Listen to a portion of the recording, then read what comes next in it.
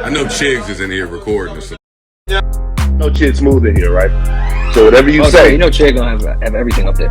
Whatever you say, Chid's gonna be on YouTube with it, man. Ladies and gentlemen, looks like the beef is over. Or at least there's a ceasefire between Joe Budden and Gillie. Now, if you guys have been keeping up, after Joe made the comments about Gillie having a small window, Gillie's response was to bring J.R. Smith on his podcast and basically have him clown Joe Budden for stalking him and Tahiri. Now, if you guys watched the podcast on $1 Million Worth of Game, surprisingly, it was actually Wallo who was instigating the whole conversation. Wallo was the one that brought it up to J.R. Smith. He was the one that continued the conversation, and obviously he was the one that wanted JR to go in on Joe. Surprisingly, if you go watch the clip, Gillie actually had no clue who he was talking about when he brought it up. He was with the Knicks. Yeah, I was with New York. Wow. Okay. Man, he was in New York City. Hitting another basketball. That was a New long York time City. ago, though, man. He's hitting another Life. nigga basketball player, bitch, and he put him under investigation, man. Nah, see, that's what I don't do, man. I got respect for my dudes. They don't mess with the Oh, players. so he wasn't in the league? Nah. Oh, he was a Giants player. He was tackling the Giants player, I don't do bitch. that.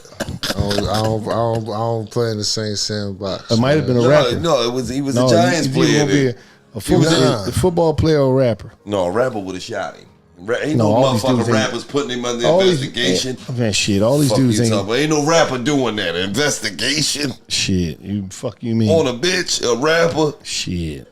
That was bad. It was the Giants nigga, man. He tackled one of the Giants players, bitches. he hired a private investigator. Where's he at? Damn. Hip hop police, man. Hip hop police. Oh, wait.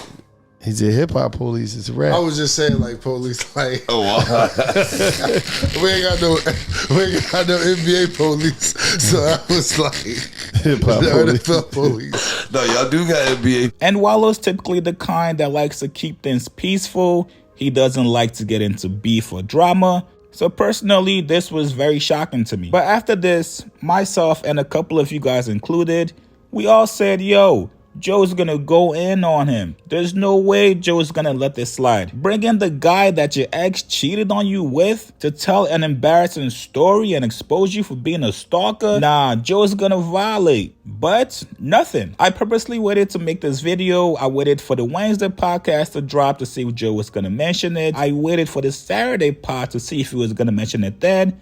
But we got nothing. The only time Joe addressed it last week was when Flip brought it up on their live show, Improper Improv with Flip and Joe. And here's what he said about it. They talking about this interview that was done. I didn't know. They kept tagging me on Twitter.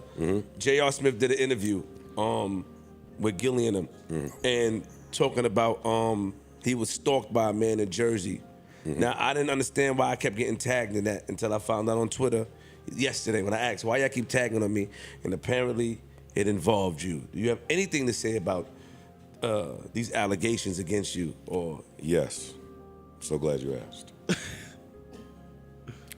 To the viewing public, sometimes when people do interviews and podcasts and say things about Joe Budden that sound disparaging, sometimes it's true. okay. You're right. You did that shit. Stalked that. I did that shit. Stalked that nigga all over New Jersey. Oh, no, I was trying to put hands and feet on that nigga. Oh, man. I was trying to find him. I told him. It wasn't secret. It wasn't no secret.